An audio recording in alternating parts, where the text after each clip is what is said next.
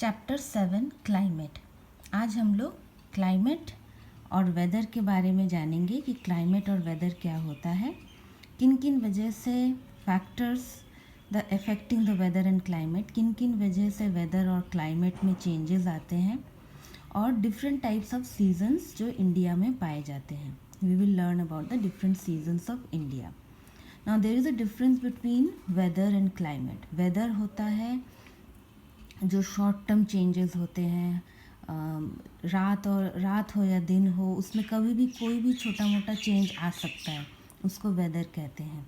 और क्लाइमेट होता है लॉन्ग टर्म कोई चेंज, जो काफ़ी लंबे समय के लिए जो चेंजेस आते हैं उसको जो एक रेगुलर पैटर्न भी हो सकता है, हमें पता ही है कि वो कैसा होगा।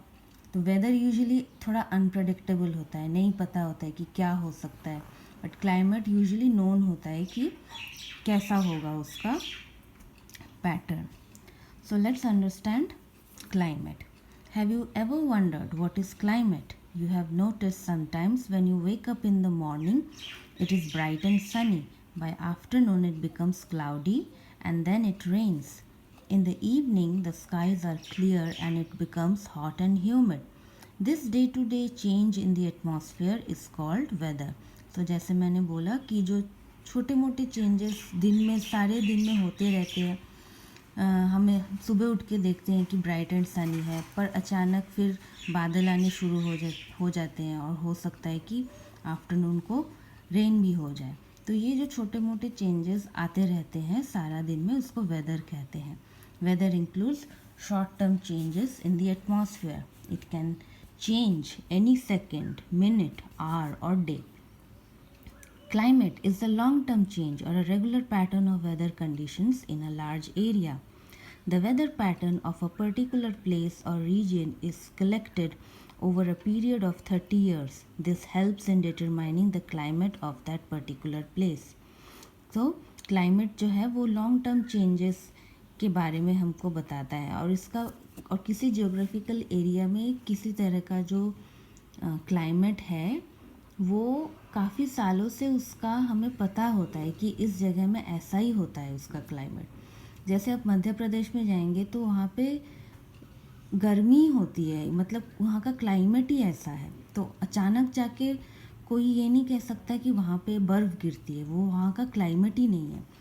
तो जो बर्फ़ गिरने वाली जो जगह है वो नॉर्थ में है, लेह लद्दाख, शिमला, ऐसे जगह में ठंड रहती है, बर्फ़ पड़ती, तो हमें पता है कि उसका क्लाइमेट वैसा होता है। और ये लॉन्ग टर्म चेंज है, ये ऐसे ही होते हैं उसके वेदर वहाँ पे।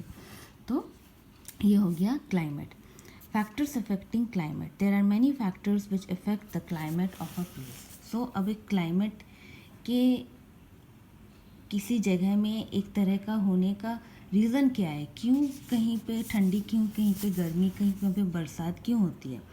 One of the reason is distance from the equator.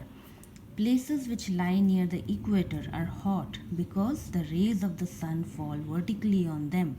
On the other hand, as we move away from the equator, the temperature decreases because the rays of the sun are spread over a large area of land. So ये हो गया अर्थ और ये हो गया सन। तो इस जगह पे ये जगह हो गया इक्वेटर।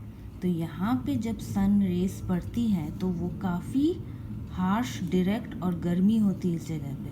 पर जैसे ही ये इसके रेस ऊपर की तरफ या इस तरफ को जाती हैं तो यहाँ पे लाइट फ्रॉम द सन आती तो है, पर उतनी तेज़ नहीं होती जितनी इक्वेटर में होती है। तो नेचुरली जो जगह इक्वेटर में पड़ती हैं वो वाले जगह गर्मी वहाँ पे ज़्यादा होगी, और जैसे ही इक्वेटर से दूर जाते जाएंगे वो सब जगह रिलेटिवली कम गर्मी होती है। The second effect is altitude, height above the sea level. The higher the location of a place the colder it is. For instance, if we travel from plains to the mountains we find that as we go higher the temperature decreases and it becomes cooler. Sea level भी effect करता है कि वहाँ का climate कैसा होगा। अगर हम सी लेवल से ऊपर जाते गए तो वो ठंडी होती जाएगी, और जितना हम सी लेवल के पास रहेंगे वो जगह गर्मी होती है। Another is distance from the sea. Land heats and cools faster than the sea. The coastal areas have moderate temperature, so they are neither too hot nor too cold. This happens because of the moderating influence of the land and sea breeze. Climate also affects the animal and plant life of a particular region. The kind of clothes people wear, the food they eat, the kind of houses they live in, and their farming methods all depend upon the climate of a place. Coming to seasons, the climate of India is best described as tropical monsoon climate. India experiences different types of climate because of the large size of our country and the varied relief features like coastal areas, mountains, plateaus, and plains. India experiences three main seasons in a year. They are summer, winter, and rainy season. So these are the different seasons India has: summer, winter, rainy. Summer season starts in the month of March and continues till June. The days are long and the nights are short. In the northern plains and central India, the temperatures go up to 45 degrees Celsius.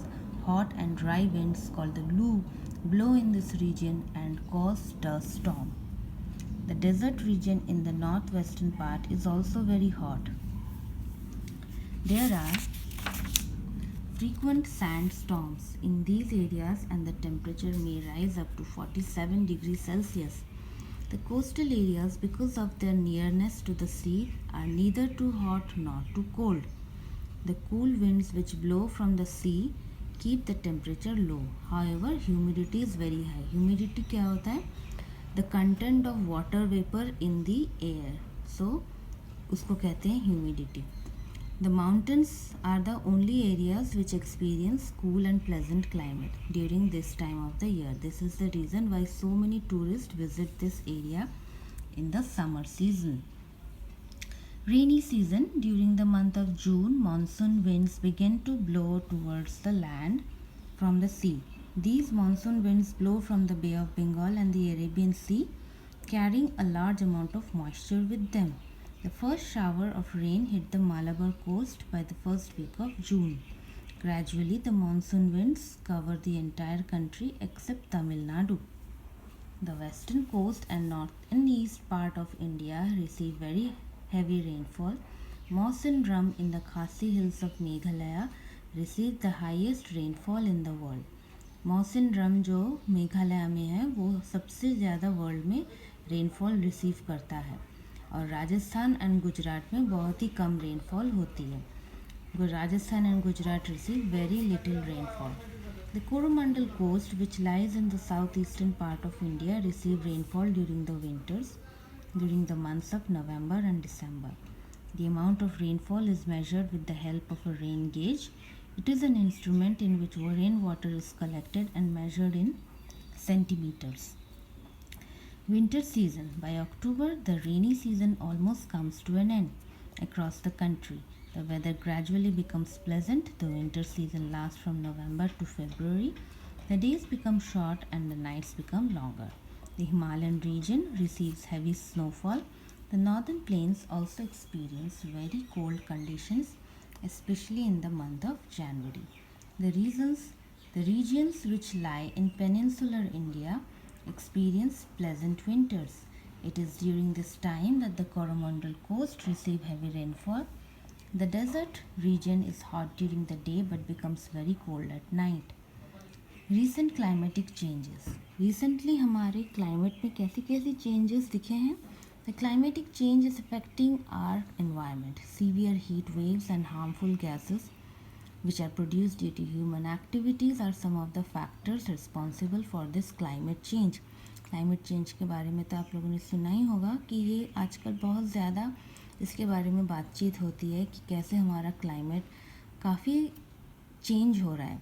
जो पहले नहीं कभी experience हुआ था वो आजकल देखने को मिल रहा है। ग्लेशियर्स जो हैं वो मेल्ट कर रही हैं, फ्रोज़न रिवर्स, लेक्स वो सारे ब्रेकअप हो रहे हैं। प्लांट्स और एनिमल्स के काफ़ी हैबिटेट जो अब एक्सटिंक्ट हो रहे हैं, जो इसकी वजह है काफ़ी जो हमारे ह्यूमन एक्टिविटीज़ की वजह से ये सब हो रहा है। हीट वेव्स काफ़ी बढ़ चुकी हैं, हार्मफुल गैसेस एयर में बहुत ज़्यादा रिलीज़ हो रही है, जिसकी वजह से ग्लेशियर्स तेज़ी से मेल्ट हो रहे हैं, फ्रोज़न रिवर्स ब्रेक कर रहे हैं. Scientists have warned that if we do not take steps to prevent this climatic change, the results would be disastrous for our generations.